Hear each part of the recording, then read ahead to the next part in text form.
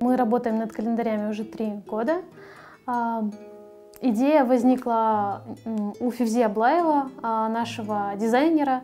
Он однажды 3 года назад написал мне о том, чтобы создать исторический календарь по истории крымских татар, чтобы в календаре мы указали важные события из истории нашего народа. Наша цель состоит в том, чтобы люди не просто узнали что-то новое, а чтобы они полюбили прошлое, полюбили нашу историю, чтобы им было интересно, чтобы детям было это увлекательно.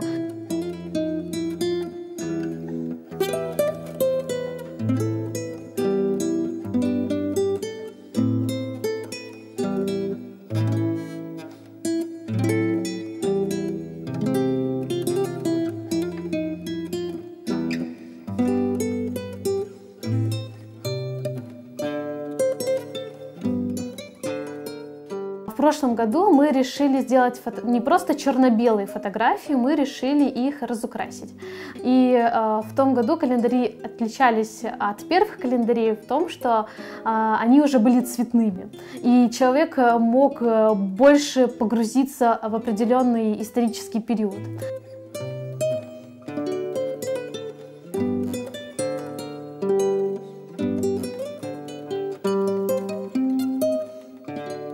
В этом году нам помог Абдуль-Вахаб Сихт-Халилов, это известный крымско-татарский коллекционер, который предоставил нам коллекционные фотографии 1910 года. И как раз здесь представлены уникальные снимки мектебе, мечети внутри, то есть это уникальные фотографии, когда мечеть фотографирует внутри, таких фотографий в интернете мало. Или мектебе, где учатся дети, или там фотографии девушек Бахчисарайского района.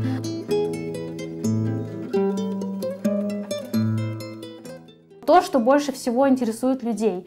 Там топ-7 крымских ханов. И мы расписываем о том, какие были интересные крымские ханы в истории Крымского ханства. Или там топ-8 интересных мечетей Крыма. И мы пишем про самую старую мечеть, или про самую красивую мечеть, про самую уникальную. И мы писали так про разные мечети.